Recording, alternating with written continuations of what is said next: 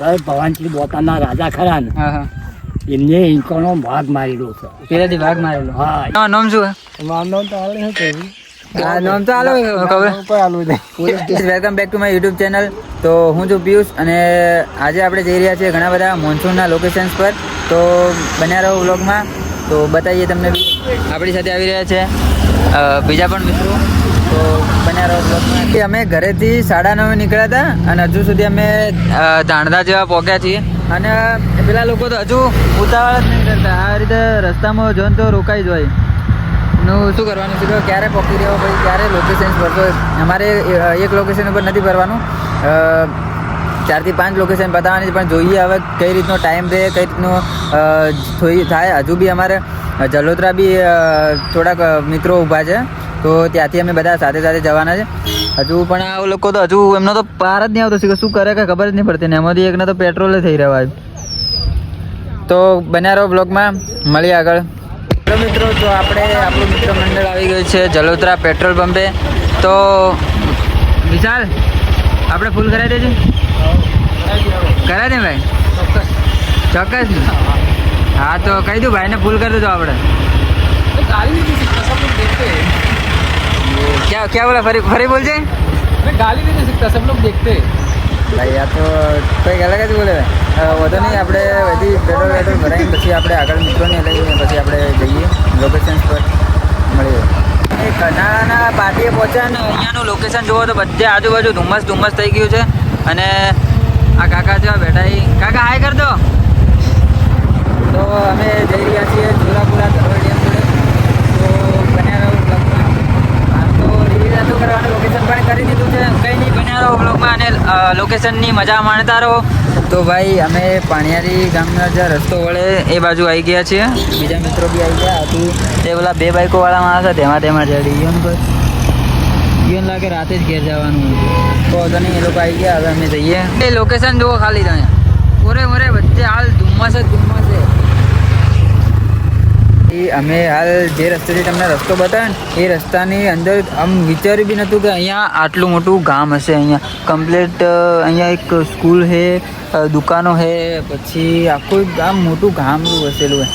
વિચાર્યું જ નહોતું કે અહીંયા આવું ગામ હશે. એમ અમે જે રસ્તેથી આવ્યા ને તો ગામ કોઈ લાગે જ ને કે આટલે કોઈ રહેતું હશે. અને આટલે જેમ આગળ આવ્યા ને તો અહીંયા ગામડા બધાના ઘર દેખો. પેલું બાજુ બધા માણસો છે, આ બધું ગાડીઓ.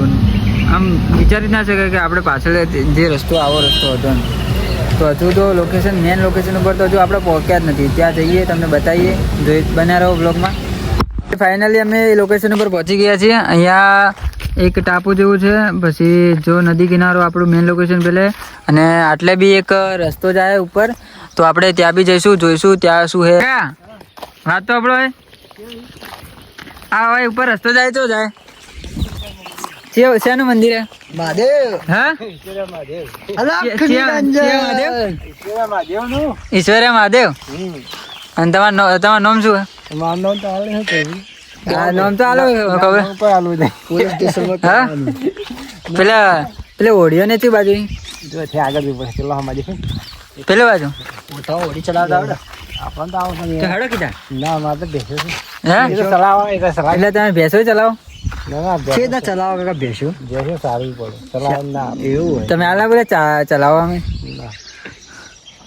પેલા વચમાં પાણી જે છે બેસે ગાયો નહીં. પેલા વચ્ચે જઈ લઈ દો. એટલે પેલા ભેંસો વચ્ચે પેલા ટાપુ પર જોડે ફરી જઈ ફરી. હા, તારી જાય રે એવું તમારે આવડે. તો ભાઈ આપણે એ લોકેશન ઉપર જઈએ અને બતાવીએ તમને. એ અમે હવે આ જે ઉમેદવારાથી ઉપર રસ્તો જતો હતો તે ઈશ્વર્યા મહાદેવના મંદિર છે અહીંયા. તો ત્યાં આવી ગયા છે. હવે ત્યાંથી આપણે હજુ જવાનું છે. આપણે ત્યાં જે આ જે પોણીવાળો ભાગ દેખાય ને ત્યાં હોડીઓ પડી ત્યાં આપણે જવાનું છે. તો ઉપર જઈએ, તમને મંદિર બતાવીએ. મંદિર જોઈ લો, પછી આપણે ત્યાં મંદિરના દર્શન કરી અને પછી જઈએ આપણે ત્યાં જે આપણું લોકેશન છે ત્યાં. આપણે ઈશ્વર્યા મહાદેવ આવી ગયા છે. તો આ રહ્યું મંદિર, તમને બતાવી દઉં. આ રહ્યું મંદિર. તો આપણે દર્શન કરીને આપણે પછી જઈએ આપણે પેલા મેન લોકેશન પર. હવે આપણે જઈ રહ્યા છીએ આપણા મેન લોકેશન પર. અહીંયા ટાપુ જેવું રહ્યું ને ત્યાં આપણે જઈ રહ્યા છીએ. આપણા બધા ફ્રેન્ડ્સ તો કન્ટિન્યુ ગાઈઝ. આપણે ફાઇનલી આપણા લોકેશન ઉપર આવી ગયા છીએ. આ છે આપણું લોકેશન, આ છે આપણું મિત્ર મંડળ. તો ભાઈ કેવું લાગ્યું લોકેશન કોમેન્ટમાં જરૂરથી જણાવજો. આ જગ્યાનું નામ છે જોરાપુરા. તો ઉપર આપણે હમણાં ગયા હતા એ મંદિર ચોથી ભાઈ? હા આ રહ્યું, એટલે આપણે મંદિર છે એ મંદિરે આપણે ઈશ્વરીય મહાદેવના મંદિરના દર્શન કરી અને હવે આ લોકેશન ઉપર આવ્યા છીએ. અહીંયા ગાઈઝ આ એના આજુબાજુ કમ્પ્લીટ પાણી છે, તો બી ત્યાં ભેંસો તરે છે. ત્યાં ટાપુ જેવું છે ને, ત્યાં ભેંસો દેખાય છે. તો આટલા પાણીની અંદર ત્યાં ભેંસો ગઈ છે કઈ રીતે? શું કહેવાનું થાય ભાઈ? I think this is one of the best place in north Gujarat. હું એવું માનું છું કે સાહેબ આટલું સરસ લોકેશન કોઈ જગ્યાએ મળવાનું નથી. જો તમે કોઈ વિચારતા હોય કે હું માઉન્ટ આબુ જાઉં ને બીજી કોઈ જગ્યાએ ફરવા જાઉં, તો સૌથી પહેલાં આ લોકેશન પર આવો. આ લોકેશનનું નામ તો એક્ઝેક્ટ ખ્યાલ નથી મને શું છે, પણ બસ જોયું એટલે મિત્રો સાથે આવી ગયો છું અને one of the best location. આઈ જાઓ ભાઈ, બહુ જ મસ્ત લોકેશન છે. શું કહેવાનું થાય ભાઈ મિત્ર મંડળ? જોરદાર લોકેશન ભાઈ. પાલનપુર થી ખાલી 50 કિલોમીટર થતું છે અને બહુ જ મસ્ત લોકેશન છે ભાઈ. દાંતીવાડાની ટક્કર મારે. હા ભાઈ, રણાવાસ દાંતીવાડા ડેમ જે બી રહ્યો ને એને બી ટક્કર મારે એવું લોકેશન છે. જોરદાર લોકેશન છે ભાઈ. પાલનપુર અહીંયાથી 68 કિલોમીટર થાય છે, મેં હાલ મેપમાં જોયું હતું. અને આ આવે છે ખેડ બ્રહ્મા જોડે આવેલું છે અને બહુ જ મસ્ત છે લોકેશન. તમે આવી શકો એકવાર. આ જગ્યાનું નામ શું દાદા? ગોઢનો કૂવો. ના જગ્યા. અને આ આરી જગ્યાનું નામ શું? મધુગરી. ક્યાં હોય? મધોગરી. ત્યાં એટલે શું હતું? એક બોલે ચિત્રકી. શું चित्रा की बोले चित्ता की बोले बराबर गुफा है એવું? चाटे है ना હા હા. इसके नीचे वो हम चित्ता है वो तो मधुबना वो दोता ठाकुर मानना था मारना था એવું स्टेट નું રાજ બરાબર. તો આ ગોઢનો કૂવો કહેવાય આ જગ્યાનું નામ ગાઈશ. આ આપણે બનાસકાંઠાનું એક સુંદર એવું સ્થળ છે ભાઈ, જેને આ જગ્યાનું નામ છે ગોઢનો કૂવો. તો જોઈ શકો તમે. ખાસ વાત એ કે અહીંયા ચિત્તાની ગુફા હતી, તેને મડુકરી કહેવાય એવું નામ છે કંઈ. અને જે આ જગ્યા આપણે જોઈ રહ્યા છે ને એને ગોઢનો કૂવો કહેવાય. હાલ આપણે પેલા દાદા જોડે પૂછ્યું ને આપણે, તો એમને કીધું કે આ જગ્યાનું નામ છે ગોઢનો કૂવો. અને જે પેલી જગ્યા છે ને ત્યાં ચિત્તાની ગુફા હતી, અને તો ઘણા વર્ષો પહેલાં એ કૂવાને એ ચિત્તાને મારી નાખવામાં આવ્યો હતો. શું આ યુવાનો શું ઇતિહાસ છે? સાહેબ ભવાનજી બોટાના રાજા ખરા ને હા હા. એમને ઈકણો ભાગ મારેલો છે. પેલાથી ભાગ મારેલો. હા ઈકણો બોલ છે આખી દરવાજાજી હા હા.